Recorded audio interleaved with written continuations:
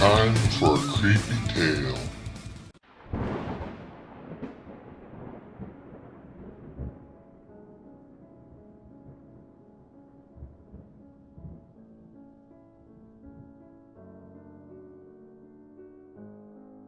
When my sister and I were kids, our mother would tell us all kinds of stories about growing up in North Carolina in the 1950s. She would also tell us ghostly stories that she believed to be real. There were a few good ones that stood out, and this is one of them. The House of 3's, as told by Carol Smith, written by Douglas Smith. Part 1. The Knocking.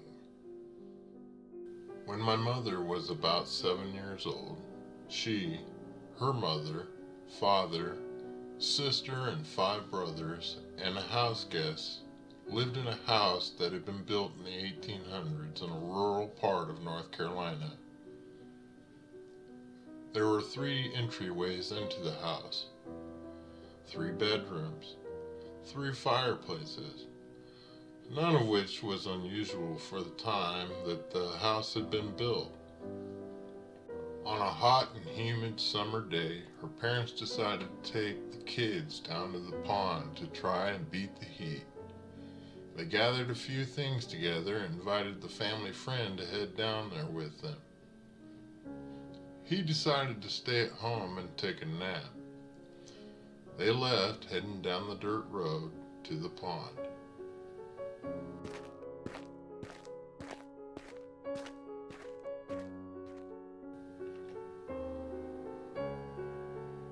Some time after they left, the man had fallen asleep. He awoke to a knocking at the front door.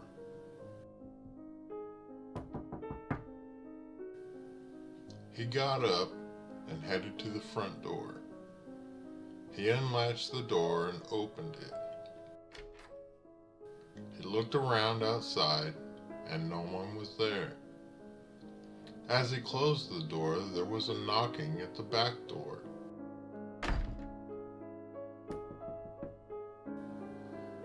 Figuring he took too long to answer the front door, he headed to the back.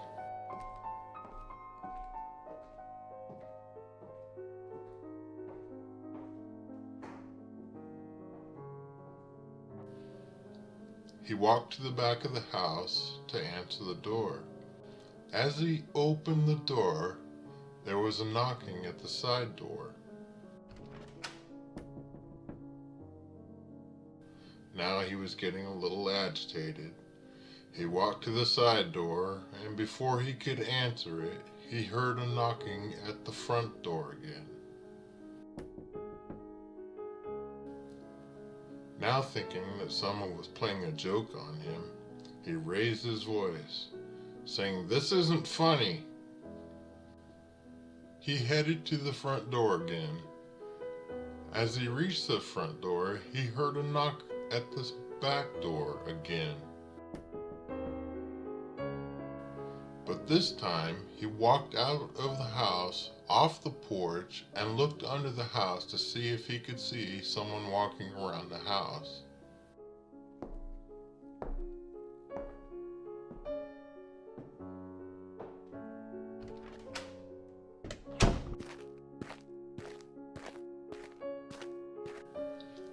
As he looked, he could now hear the knocking at the side door again.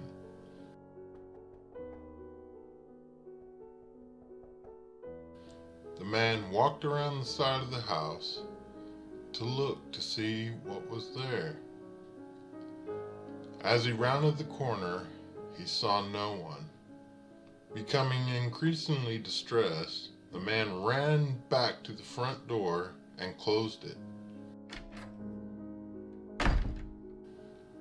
As he closed the door with his hand still on the knob, he could feel the knocking. He immediately opened the door, and nothing was there. He ran out of the house and then ran around the house several times, thinking that someone had to be playing a joke on him. He raised his voice again, but louder this time, saying, "This isn't funny."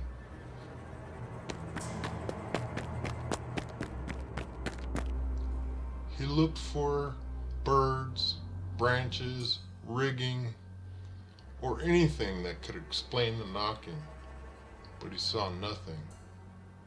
Too frightened to go back into the house, he sat on the porch, waiting for the others to return, still hearing knocking coming from all the doors.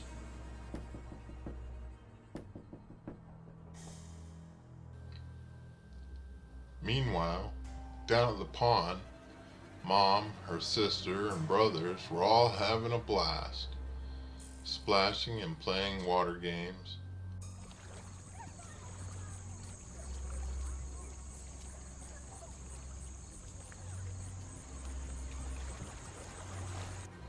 Now, none of them knew how to swim, but they didn't go in past their waist and all stayed close to the shore of the pond.